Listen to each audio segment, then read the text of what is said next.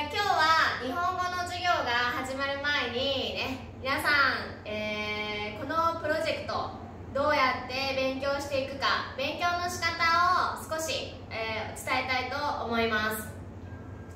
まずですね、皆さんは早く日本語を話せるようになりたいですか？そうですよね。早くね、日本語を書いて、そして読んで、そして話してね、たくさん聞いて、たくさん日本人とね、会話ができるようになりたいというふうに思っていると思います。ただ語学の勉強は皆さんも、小学校、中学校、高校で、英語を勉強していると思いますがね、今日勉強してすぐ明日に、話せるわけではありません。そうですよね。語学には少し時間がかかります。皆さんこうイメージしてください。今皆さんは0、ここからスタートです。そうですね。で、1ヶ月、2ヶ月、3ヶ月、このままどんどん続いていきます。最初皆さんがスタートした時にはだんだんこんな感じで少しアップしていきます。こんな感じですね。毎日新しいことを勉強します。ですので少しずつこうアップしていきますね。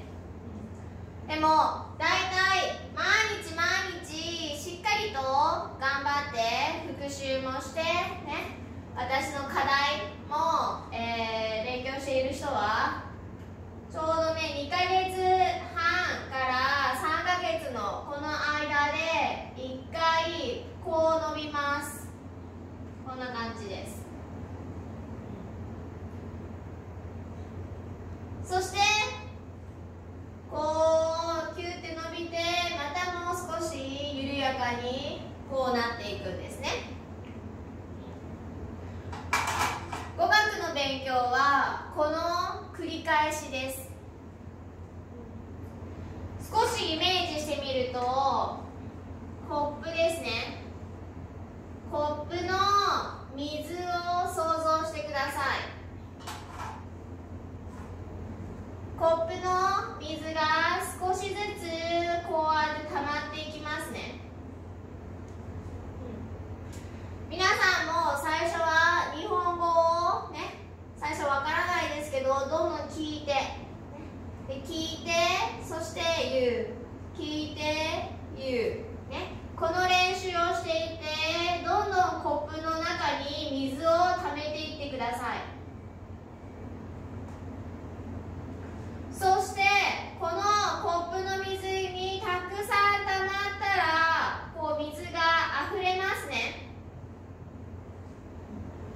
このあふれる時っていうのがここで溜まったものをこう話せる、伝えることができるということです。ですので最初はいかにたくさん聞いて、たくさん聞いたことをリピート、繰り返すして、この水をどんどん溜めていくということです。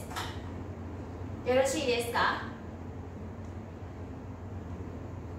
今この動画ですね、動画を撮っていますが、私が話していることを聞いてそのままリピートする、繰り返す、こういう繰り返すことがとても大切です。ですので皆さんがこの動画を見ているとき、ね、私が話すことですね。例えばこんにちはと言ったら、皆さんもね、家で見ている前でこんにちはとリピートしてください。ただ何も言わないで聞いているだけです。頭でわかりました、これはこのアップにはなりません。ですのでうちでも学校でもどこでも日本語を聞いたらそれを口に出して言うということが一番早く日本語が話せるということです。自分で、ね、聞きます。そして話します。話した言葉がまた自分の耳から聞いて入ってきますね。これを繰り返すということです。ですので、これからオンラインでしばらくの間授業をしますが、必ず私が話したこと、言ったことをリピートするようにしてください。意味はここに字幕が載っていますからね、何を話しているかわかると思います。少しずつ、ね日本語とモンゴル語の意味がリンクするように勉強していきたいと思いますので、皆さんこれから一緒に頑張っていきましょう。皆さんだったらできます。大丈夫。頑張っていきましょうね。はい。では次のレッスンからは、ローマ字ですね、音の説明をしていきたいと思います。では皆さん、さようなら。